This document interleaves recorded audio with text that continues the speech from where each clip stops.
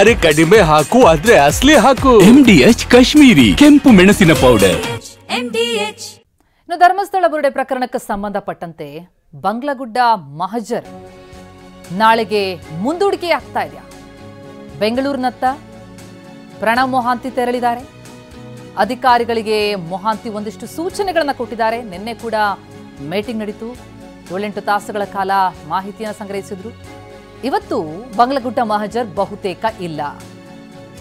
ಮಹಜರ್ ಕಾರ್ಯವನ್ನು ನಡೆಸಲಾಗುತ್ತೆ ಅನ್ನೋದು ಮಾಹಿತಿಯಾಗಿತ್ತು. ಆದರೆ ಬೆಂಗಳೂರಿನತ್ತ ಈಗಾಗಲೇ ಪ್ರಣವ್ ಮೊಹಾಂತಿ ತೆರಳಿದ್ದಾರೆ. ಅಧಿಕಾರಿಗಳಿಗೆ ಒಂದಿಷ್ಟು ಸೂಚನೆ ಕೊಟ್ಟಿದ್ದಾರೆ. ಆದರೆ ಇವತ್ತು ಮಹಜರ್ ಕಾರ್ಯ ಬಹುತೇಕ ಇಲ್ಲ ಅಂತ ಹೇಳಲಾಗ್ತಾ ಇದೆ. ಹಾಗಿದ್ರೆ ನಾಳೆಗೆ ಮುಂದೂಡಿಕೆ ಆಗ್ತಾ ಇದೆಯಾ? ವಿಠಲ್ ಗೌಡ ಅವರು ಕೊಟ್ಟಂತಹ ಹೇಳಿಕೆಯನ್ನು ಆಧರಿಸಿ ಅಲ್ಲಿ ಮತ್ತೆ ತನಿಖೆ ನಡೆಸಲಾಗುತ್ತೆ, ಬಂಗ್ಲಗುಡ್ಡದಲ್ಲಿ ಮಹಜರ್ ಕಾರ್ಯವನ್ನು ನಡೆಸಲಾಗುತ್ತೆ. ಯಾಕಂದರೆ ಸಾಕಷ್ಟು ಅಲ್ಲೂ ಮೂಳೆಗಳು ಸಿಕ್ಕಿವೆ ಅಂತನ್ನುವಂತೆಲ್ಲ ಹೇಳಿಕೆಗಳನ್ನು ಕೊಟ್ಟಿದ್ರು ವಿಠಲ್ ಗೌಡ.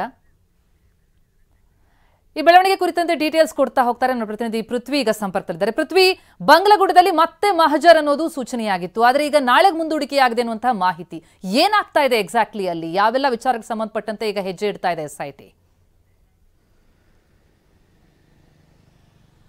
ಪ್ರತಿಮಾ, ಪ್ರಮುಖವಾಗಿ ಆ ವಿಠಲಗೌಡ ಇಲ್ಲಿ ಬಂಗ್ಲಗುಡ್ಡದಲ್ಲಿ ಸಾಕಷ್ಟು ಏನು ಸ್ಕೆಲಿಟನ್ಗಳ ರಾಶಿ ಇತ್ತು. ಮಾಜರ್ಗೆ ಹೋದಂಥ ಸಂದರ್ಭದಲ್ಲಿ 3-4 ಬುರುಡೆಗಳನ್ನು ನೋಡಿದ್ದೆ. ಚಿಕ್ಕ ಮಕ್ಕಳ ಆ ಬುರುಡೆ ಅಂದರೆ ಆ ಮಕ್ಕಳ ಸ್ಕೆಲಿಟನ್ಸ್ ಕೂಡ ಕಂಡು ಬರ್ತಾ ಇತ್ತು. ಅದೇ ರೀತಿ ಕಂಡು ಬರ್ತಾ ಇತ್ತು ಅಂತ ಹೇಳಿ ಒಂದು ವಿಡಿಯೋ ಮಾಡಿ ಆರೋಪವನ್ನು ಮಾಡಿದ್ದ. ಅದಾದ ಬಳಿಕ ಇಲ್ಲಿ ಸ್ಪಾಟ್ ಮಾಜರ್ನ ಮತ್ತೆ ಕರ್ಕೊಂಡು ಬರ್ತಾರೆ, ಇವತ್ತು ಮಾಡ್ತಾರೆ ಅಂತ ಹೇಳಿ ನಿನ್ನೆ ಮೀಟಿಂಗ್ನಲ್ಲೂ ಕೂಡ ಆ ಬಗ್ಗೆ ಡಿಸೈಡ್ ಆಗಿತ್ತು. ಆದರೆ ಇವತ್ತು ಇದಕ್ಕಿದ್ದಂತೆ ಅದು ಇವತ್ತಿಗೆ ಅದು ಬಹುತೇಕ ಇಲ್ಲ ಅಂತ ಹೇಳಿ ಈಗ ಗೊತ್ತಾಗಿರುವಂಥ ಮಾಹಿತಿ. ಯಾಕೆಂತ ಹೇಳಿದರೆ ಈಗ ಏನು ಈ ಬಗ್ಗೆ ಕೆಲವೊಂದು ವಿಚಾರಗಳ ಬಗ್ಗೆ ಸರ್ಕಾರದ ಮಟ್ಟದಲ್ಲಿ ಚರ್ಚೆ ಮಾಡಲಿಕ್ಕೆ ಈಗ SIT ಮುಖ್ಯಸ್ಥ ಪ್ರಣವ್ ಮೊಹಾಂತಿ ಅವರು ಮಂಗಳೂರಿನಿಂದ ಬೆಂಗಳೂರು ಕಡೆಗೆ ತೆರಳಿದ್ದಾರೆ. ಅಂದರೆ ಲಾಸ್ಟ್ ಮೂಮೆಂಟ್ವರೆಗೂ ಕೂಡ ನಿನ್ನೆ ಅವರು ಫ್ಲೈಟ್ ಟಿಕೆಟನ್ನು ಬುಕ್ ಮಾಡಿರಲಿಲ್ಲ. ಅಂದರೆ ಇವತ್ತು ಮೊಹಾಂತಿ ಇಲ್ಲೇ ಇದ್ದು ಈ ಎಲ್ಲ ಕಾರ್ಯಾಚರಣೆಯನ್ನು ಮಾಡುವಂತಹ ಪ್ಲಾನ್ನಲ್ಲಿ ಇದ್ದರು. ಆದರೆ ಲಾಸ್ಟ್ ಮೂಮೆಂಟಿಗೆ ಫ್ಲೈಟ್ ಟಿಕೆಟ್ ಬುಕ್ ಮಾಡಿ ಈಗ 10:30 ಫ್ಲೈಟಿಗೆ ಬಂದಿರುವಂಥದ್ದು. ಬೆಂಗಳೂರಿಗೆ ಇಲ್ಲಿಂದ ಹೊರಟು 11:30-12 ಗಂಟೆ ಸುಮಾರಿಗೆ ಅಲ್ಲಿಗೆ ಬಂದಿರುವಂಥದ್ದು. ಸದ್ಯಕ್ಕೆ ಆ ಒಂದು ಏನು ಇಲ್ಲಿ ನಡೀತಾ ಇರುವಂತಹ ಬೆಳವಣಿಗೆ ಏನಿದೆ ಅದನ್ನ ಸರ್ಕಾರದ ಮಟ್ಟದಲ್ಲಿ ಚರ್ಚೆ ಮಾಡ್ತಾರೆ. ಅದಾದ ಬಳಿಕ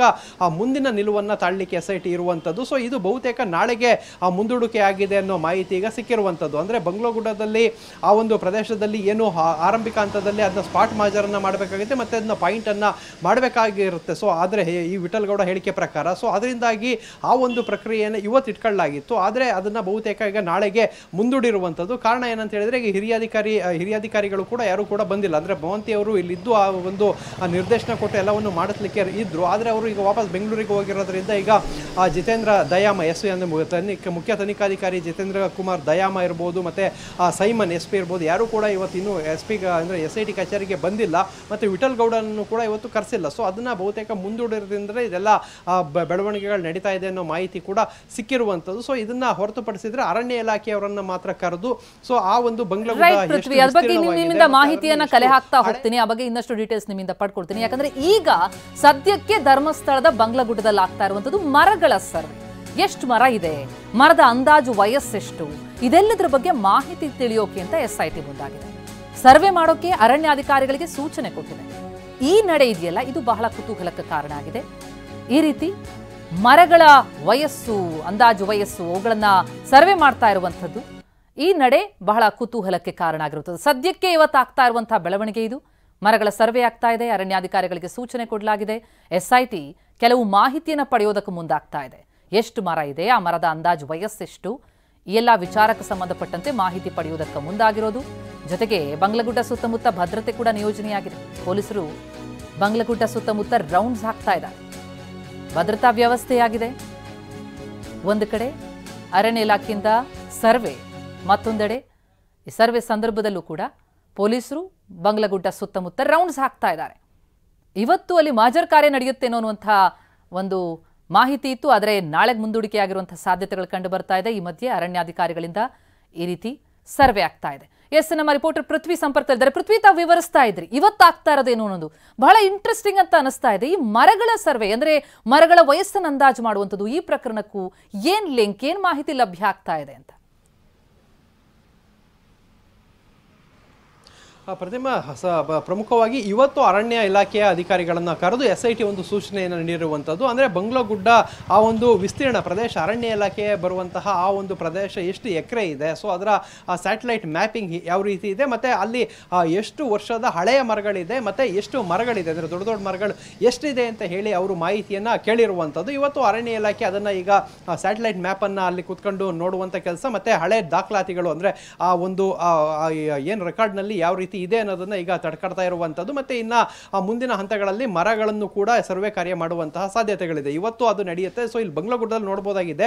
ಸೊ ಈ ಒಂದು ಬಂಗ್ಲಗುಡ್ಡದ 100 ಎಕರೆ ವಿಸ್ತೀರ್ಣ ಇರುವಂತಹ ಬಂಗ್ಲಗುಡ್ಡ ಇದೇನು ಇಲ್ಲಿಂದ ಅಂದ್ರೆ ನೇತ್ರಾವತಿ ನದಿ ಸ್ನಾನಘಟ್ಟ ಏನಿದೆ, ಸೊ ಅಲ್ಲಿಂದ ಧರ್ಮಸ್ಥಳಕ್ಕೆ ಹೋಗುವಂತಹ ಅಂದ್ರೆ ಉಜಿರೆಯಿಂದ ಧರ್ಮಸ್ಥಳಕ್ಕೆ ಹೋಗುವ ಮಾರ್ಗ ಮಧ್ಯದಲ್ಲಿ ಸಿಗುವಂಥದ್ದು.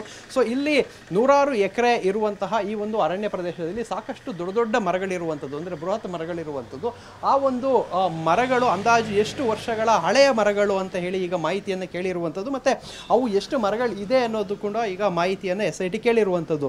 ಪ್ರಮುಖವಾಗಿ ಇದನ್ನ ಯಾಕೆ ಕೇಳಿದ್ದಾರೆ ಅನ್ನೋ ಕ್ಲಾರಿಟಿ ಇನ್ನೂ ಸಿಕ್ಕಿಲ್ಲ. ಯಾಕೆ ಇದು ಯಾವ ಇದರ ಹಿನ್ನೆಲೆಯಲ್ಲಿ ಇದನ್ನ ಕೇಳಿರುವಂಥ ಹಿನ್ನೆಲೆಯಲ್ಲಿ ಏನು ಲಾಜಿಕ್ ಇದೆ ಅನ್ನೋದು ಕೂಡ ಈಗ ಇನ್ನೂ ಕೂಡ ಯಾವುದು ಕೂಡ ಗೊತ್ತಾಗಿಲ್ಲ. ಆದರೆ ಒಂದು ಅಂದಾಜಿನ ಪ್ರಕಾರ ಇಲ್ಲಿ ಏನು ಬಂಗ್ಲಗುಡ್ಡೆ ಅಂತ ಹೇಳಿ ಇದ್ರ ಹೆಸರಿತ್ತು. ಸೊ ಹಿಂದೆ ಬ್ರಿಟಿಷರ ಕಾಲದಲ್ಲೂ ಕೂಡ ಒಂದು ಬಂಗ್ಲೆ ಇತ್ತು ಅಂತ ಹೇಳಿ ಒಂದು ಥಿಯರಿಗಳೆಲ್ಲ ಇದ್ವು.